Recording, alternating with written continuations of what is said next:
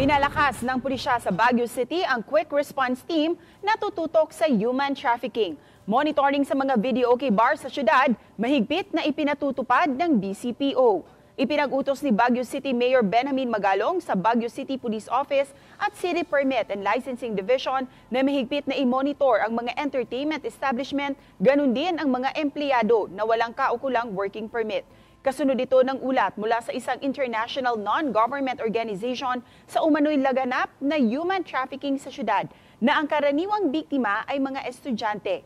4 na kaso ng Trafficking in Persons Act ang naisampa sa National Bureau of Investigation noong nakaraang taon.